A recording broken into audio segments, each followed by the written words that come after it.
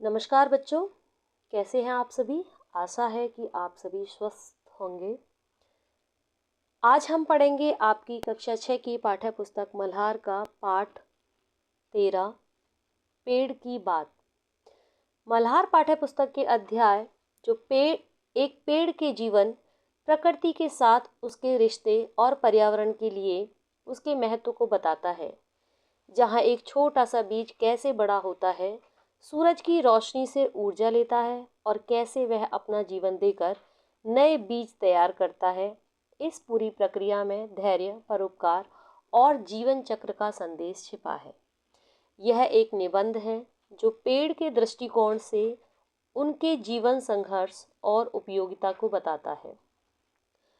पाठ में बताया गया है कि कैसे एक बीज मिट्टी में सोता है, फिर अंकुरित होकर प्रकाश और गर्मी की तलाश में ऊपर उठता है। यह पाठ पेड़ों की निस्वार्थता, उनके द्वारा भोजन बनाने, पर्यावरण को शुद्ध करने और उनकी जीवन शक्ति को दर्शाता है। इस पाठ के लेखक हैं जगदीश चंद्र बसु। उनका परिचय, जो कि एक प्रसिद्ध वैज्ञानिक हैं। जगदीश चंद्र बसु भारत के महान वैज्ञानिक हैं। उन्होंने पेड़ पौधों में जीवन पर अभूतपूर्व शोध किया। विज्ञान को सरल भाषा में समझाने की अद्भुत क्षमता थी। उनके लेखन में वैज्ञानिक तथ्य कविता से ओतप्रोत हैं। पौधों में संवेदना का पता लगाने वाले पहले वैज्ञानिक हैं। उनके अनुसार पेड़ पौधे भी जीवित और संवेदनशील हैं। सर जगदीश चंद्र बसु का समय 30 नवंबर 1858 को उनका जन्म हुआ था और 23 नवंबर 1937 को उनका स्वर्गवास। एक महान भारतीय वैज्ञानिक, भौतिक विज्ञानी और वनस्पति शास्त्री थे, जिन्होंने रेडियो विज्ञान और पौधों की संवेदनशीलता पर अग्रणी कार्य किया। उन्होंने कैस्कोग्राफ नामक यंत्र बनाकर यह सिद्ध किया कि पौधों में भी जीवन होता है। उन्होंने वायरलेस संचार में भी अहम भूमिका निभाई और उन्हें बंगाली विज्ञान कथा का जनक माना जाता है। इस पाठ का उद्देश्य पेड़ के जीवन चक्र की वैज्ञानिक जानकारी देना, प्रकृति और पर्यावरण के प्रति प्रेम जगाना, पेड़ों की महत्ता समझाकर उनके संरक्षण का संदेश देना। लेखक ने विज्ञान और काव्य का अद्भुत संयोजन किया है। बच्चों को रोचक तरीके से पेड़ों के जीवन से परिचित कराया है। तो आइए इस पाठ का सारांश समझते हैं। यह पाठ हमें पेड़ों के जीवन के बारे में बहुत सुंदर और सरल तरीके से बताता है। पेड़ भी हमारी तरह जन्म लेते हैं, बड़े होते हैं, भोजन करते हैं और नई पीढ़ी को जन्म देकर खुद खत्म हो जाते हैं।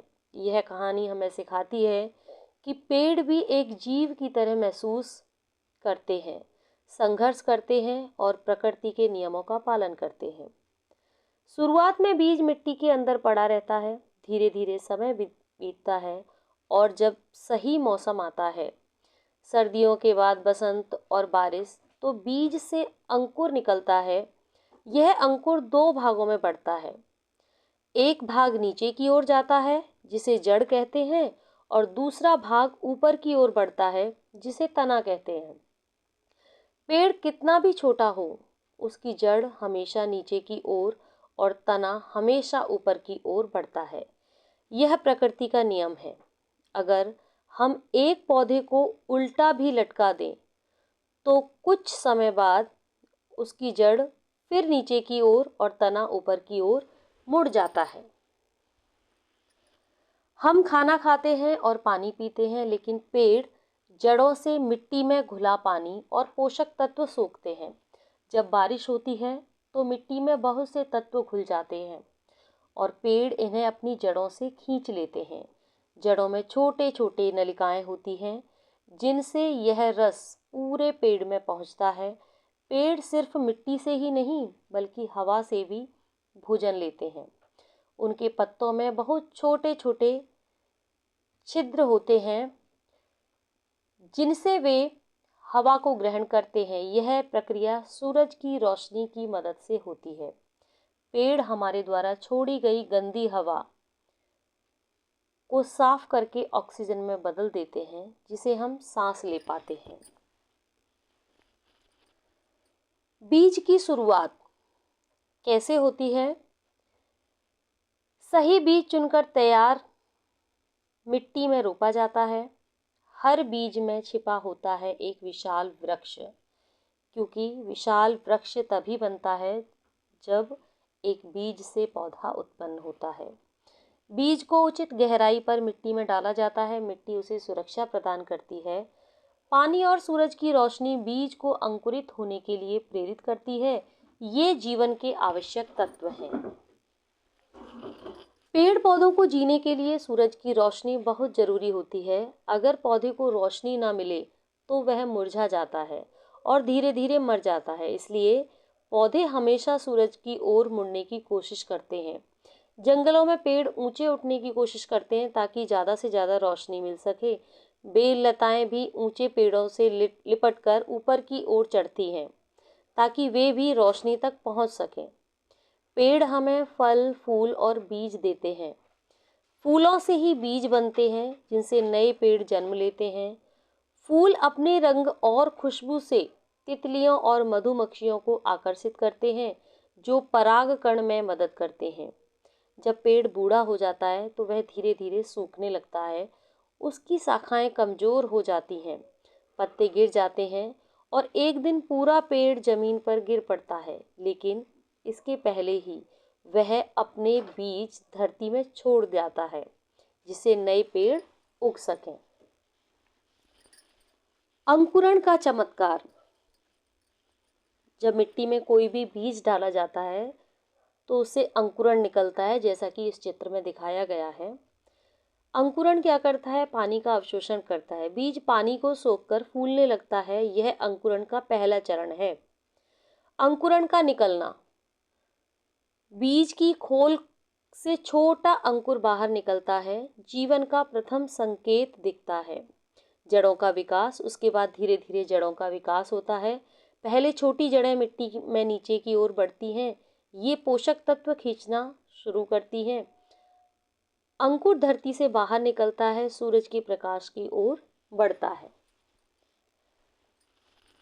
पेड़ हमें सिखाते हैं कि जीवन में त्याग, धैर्य और सेवा कितनी महत्वपूर्ण है। वे बिना किसी स्वार्थ के हमें हवा, फल, लकड़ी और छाया देते हैं। उनका पूरा जीवन दूसरों के लिए समर्पित होता है।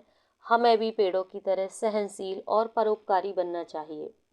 इस पाठ से हमें यह सीख मिलती है कि हमें पेड़ों की देखभाल करनी चाहिए और ज़्यादा से ज़्यादा पेड़ लगाने चाहिए, ताकि पृथ्वी हरी भरी और सुंदर बनी रहे। तना और पत्तियों का विकास कैसे होता है?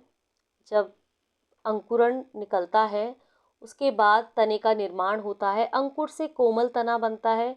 यह पौधे का मुख्य आधार बनता है। उसके बाद छोटी छोटी पत्तियां निकलती हैं। तने पर छोटी छोटी हरी हरी पत्तियां निकलती हैं। ये प्रकाश संश्लेषण की प्रक्रिया आरंभ करती हैं। प्रकाश संश्लेषण की क्रिया में पत्तियां सूरज के प्रकाश से भोजन बनाती हैं। इससे पौधा और अधिक बढ़ने लगता है और धीरे धीरे निरंतर उस पौधे का विकास होता रहता है। तना मजबूत होकर ऊंचा होता जाता है। अधिक पत्तियां और शाखाएं निकलने लगती हैं। पौधे से पेड़ तक की जो यात्रा है, सबसे पहले छोटा पौधा जब अंकुरण निकलता है तो कुछ वर्षों तक वह पौधा धीरे धीरे बढ़ता है। इसका तना मोटा और मजबूत होता जाता है। उसके बाद वह युवा वृक्ष बनता है। पौधा अब तरुण वृक्ष बन जाता है। इसकी शाखाएं चारों ओर फैलने लगती हैं। उसके बाद वह परिपक्व वृक्ष बनता है, एक विशाल वृक्ष बनता है। समय के साथ और विशाल और घना होता जाता है। यह पूर्ण विकसित अवस्था है और उसके बाद उस वृक्ष में से फूल और फल निकलना आरंभ हो जाता है। यह नए जीवन का संकेत है। पेड़ों का महत्व। हमारे जीवन में पेड़ों का क्या महत्व है? पेड़ प्राण वायु का स्रोत है। हमें ऑक्सीजन देते हैं, वायु को शुद्ध करते हैं, प्रदूषण को कम करते हैं। जल चक्र में सहायक होते हैं, वर्षा लाने में मदद करते हैं, मिट्टी के कटाव को रोकते हैं, भूजल स्तर को बढ़ाते हैं और जीवों के लिए आश्रय हैं। पक्षियों के घर इन्हीं पेड़ों पर बने होते हैं। कई जीवों को भोजन देते हैं, मनुष्य को छाया प्रदान करते हैं। इस पाठ का जो मुख्य पात्र है वो पेड़, जो धैर्य की मूर्ति है। पेड़ हर मौसम में अडिग रहता है, धूप, बारिश, तूफान सब कुछ सहन करता है। निस्वार्थ प्रदाता, बिना किसी स्वार्थ के हमें सब कुछ देता है, छाया, फल, लकड़ी देता है, कभी कुछ मांगता नहीं, सदा देने के लिए तत्पर रहता है और विकास का प्रतीक है जो निरंतर बढ़ता रहता है, कभी रुकता नहीं है, जीवन भर विकास की राह पर चलता है। बीज से वृक्ष तक की यात्रा, छोटे बीज का बड़ा सपना, हर बीज में छुपा है एक विशाल वृक्ष बनने का सपना। हर बाधाओं का सामना करते हैं, मौसम की मार, जानवरों का खतरा, पानी की कमी, कई चुनौतियां जीवन में आती हैं और उनको स्वीकार करके, उनका सामना करते हुए, हर चुनौती को के बावजूद पेड़ अपनी यात्रा जारी रखता है, अंततः विशाल वृक्ष बनकर प्रकृति में अपना स्थान बनाता है। इस पाठ का मुख्य संदेश, धैर्य और संघर्ष। पेड़ हमें सिखाता है कि जीवन में धैर्य रखें, हर कठिनाई के बावजूद आगे बढ़ते रहें। प्रकृति प्रेम, प्रकृति का सम्मान करें, पेड़ पौधों से प्रेम करें, इनकी रक्षा करना हम सभी मनुष्यों का कर्तव्य है। निस्वार्थ सेवा, पेड़ की तरह दूसरों के लिए जीना सीखें, बिना मांगे देने का सुख अनुपम है। आज के संदर्भ में पेड़ों का महत्व, पेड़ हमारी हवा को साफ करने में मदद करते हैं, वैश्विक वन जलवायु परिवर्तन से निपटने में महत्वपूर्ण भूमिका निभाते हैं, प्रतिवर्ष जीवाश्म ईंधन उत्सर्जन का लगभग 1/3 हिस्सा अवशोषित करते हैं।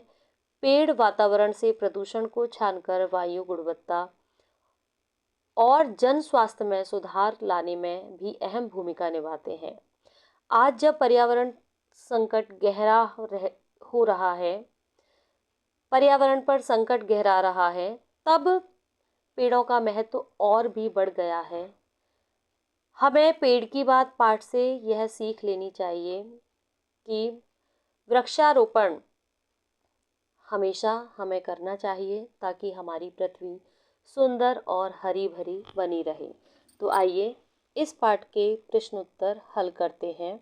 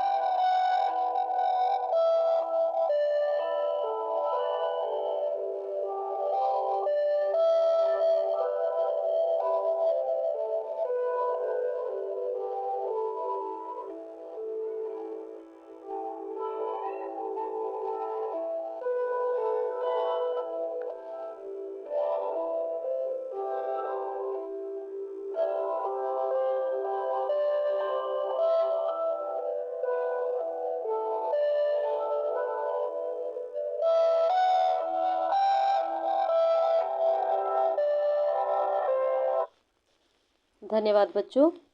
आपको मेरा ये वीडियो अच्छा लगा हो तो प्लीज़ वीडियो को लाइक करें, शेयर करें और चैनल को सब्सक्राइब करें।